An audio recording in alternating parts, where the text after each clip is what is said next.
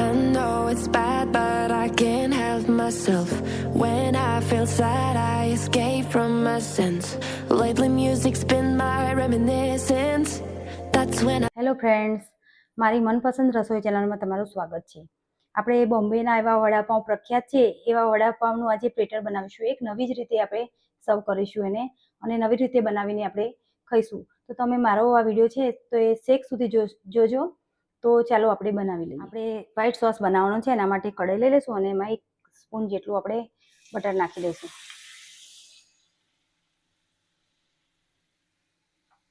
હવે એમાં આપણે 2 ચમચી જેટલો મેદો નાખીશું અને બધું મિક્સ કરી લઈશું.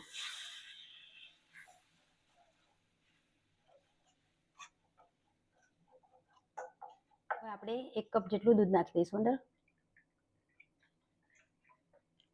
આપણે બરાબર હલાવી લઈશું એને, અને હવે એમાં આપણે ચીઝ નાખી દઈશું.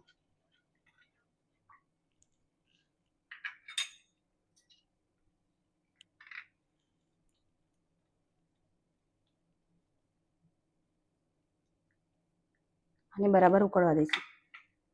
થોડો થીક થવા દઈશું સોસ. સતત આપણે આવી રીતે હલાવતા રહીશું એટલે નીચે ચોંટી ના જાય. અને જો આમ ધીમે ધીમે ઘટ થઈ જશે, અને એમાં આપણે ચીલી ફ્લેક્સ નાખીશું અંદર અને હલાવી લઈશું.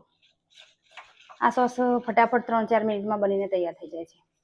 તો આપણો આ સોસ બનીને તૈયાર થઈ ગયો છે. હવે એને આપણે નીચે ઉતારી લઈશું અને આગળની બીજી પ્રોસેસ ચાલુ કરી દઈશું.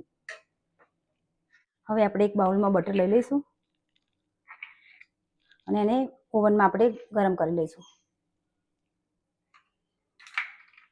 જો આપણું બટર ગરમ થઈ ગયું છે, એમાં આપણે કોથમીર નાખી દઈશું. અને તમે જો ગાર્લિક ખાતા હો તો એ પણ તમે આમાં નાખી શકો છો. એટલે આપણું બટર તૈયાર થઈ ગયું છે.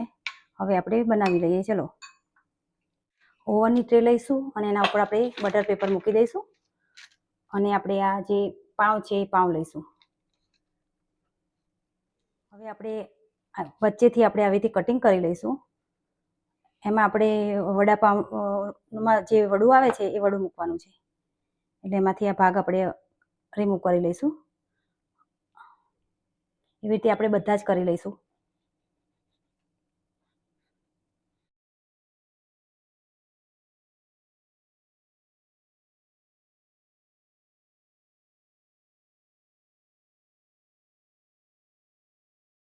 આપણા બધા પાઉં બનીને તૈયાર થઈ ગયા છે. એમાં આપણે આ જે ચટણી હોય છે વડાપાઉંની, એ ચટણી નાખી દઈશું.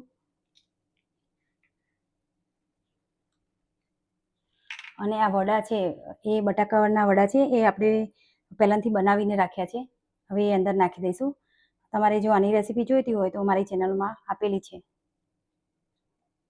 આ બધા વડા આપણે અંદર નાખી દઈશું.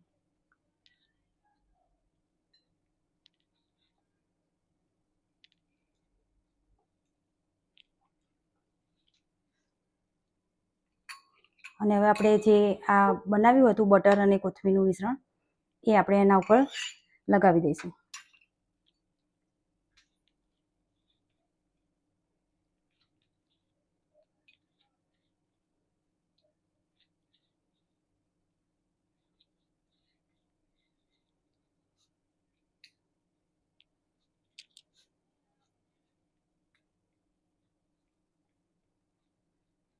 હવે આપણે જે વ્હાઈટ સોસ બનાવ્યો હતો એ વ્હાઈટ સોસ નાખી દઈશું અંદર.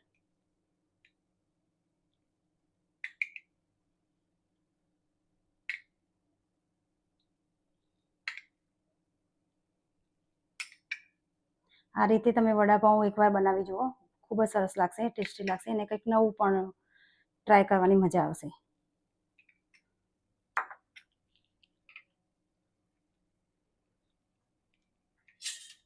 હવે આપણે એના ઉપર ચીઝ છીણી લઈશું.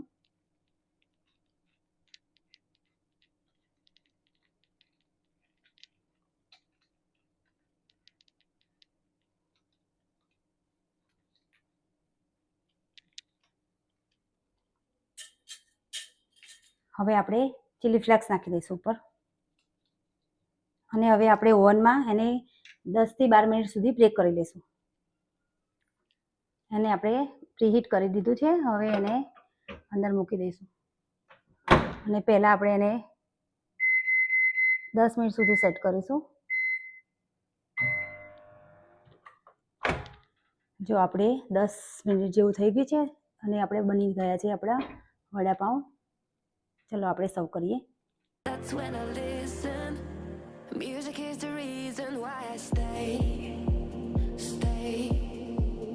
જો આપણું આ વડાપાઉં પ્લેટર બનીને તૈયાર થઈ ગયું છે અને ટેસ્ટમાં પણ ખૂબ સરસ બનતું હોય છે. તમે પણ ઘરે બનાવો અને ટ્રાય કરો અને કોમેન્ટમાં જણાવો કે કેવું બન્યું છે. અને મારી રેસીપી જો તમને પસંદ આવી હોય તો મારી રેસીપીને લાઇક, શેર અને સબસ્ક્રાઈબ કરવાનું ભૂલશો નહીં.